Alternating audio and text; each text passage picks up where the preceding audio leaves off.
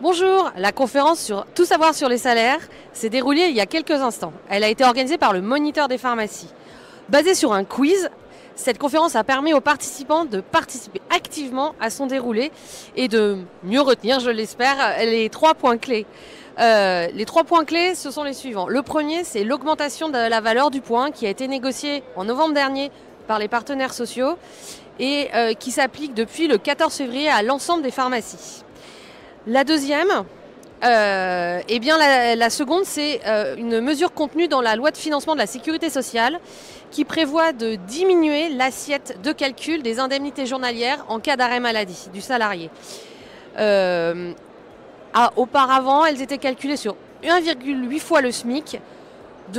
Aujourd'hui, alors on est dans l'attente d'un décret, de la publication d'un décret, mais aujourd'hui, elle serait à 1,4 fois le SMIC.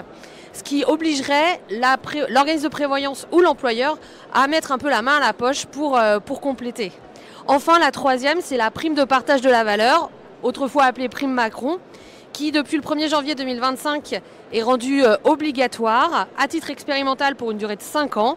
Mais il y a très peu de pharmacies qui sont concernées puisqu'il y a un seuil de chiffre d'affaires à atteindre. Donc ce critère peut poser question, mais il y a surtout un seuil de personnel. Elle ne concerne que les entreprises qui ont au moins 11 salariés, ce qui exclut une bonne partie des officines. Merci.